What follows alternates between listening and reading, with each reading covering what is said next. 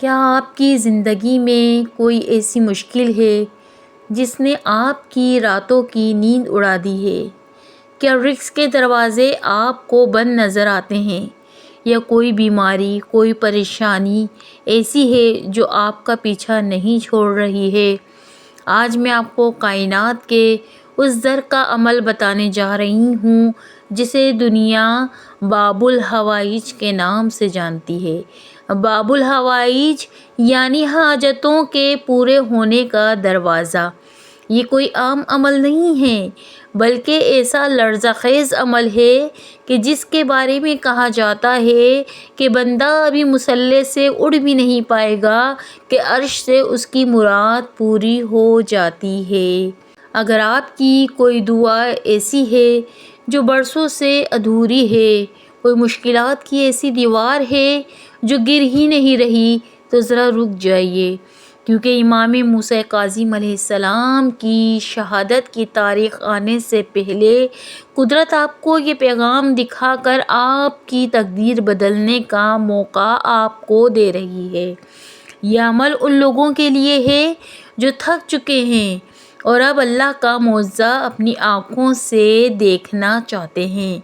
اس عمل کا سب سے بہترین وقت یہ ہے کہ نماز مغرب کے فوراً بعد، جب دن اور رات آپس میں مل رہے ہوتے ہیں۔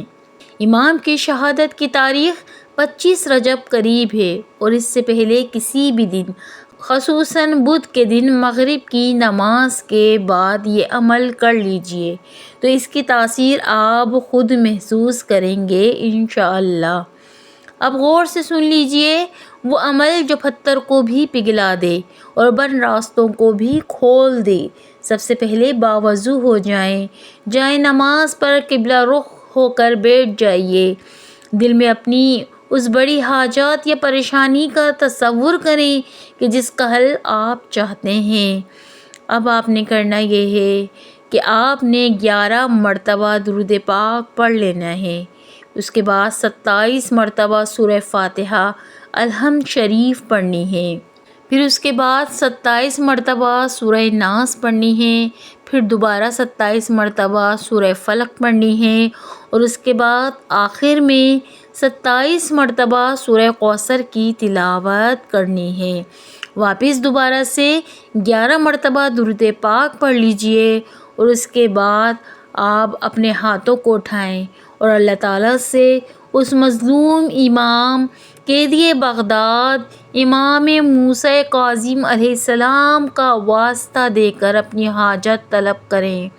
یاد رکھیں، یہ وہ در ہے کہ جہاں سے کوئی خالی ہاتھ نہیں پلٹا۔ شرط صرف ایک ہے، اور وہ یہ ہے کہ عقیدہ اور یقین۔ اپنا یقین پختہ رکھیے، کیونکہ شک عمل کی روح کو ختم کر دیتا ہے۔ امام کی شہادت کی تاریخ سے پہلے اس ویڈیو کو زیادہ سے زیادہ شیئر کریں تاکہ کسی اور کی بھی پریشانی دور ہو اور یہ آپ کے لیے صدقہ جاریہ بن جائے۔ اللہ تعالیٰ آپ کی تمام دعائیں قبول فرمائے۔ اپنا بہت خیال رکھیے گا۔ اللہ حافظ۔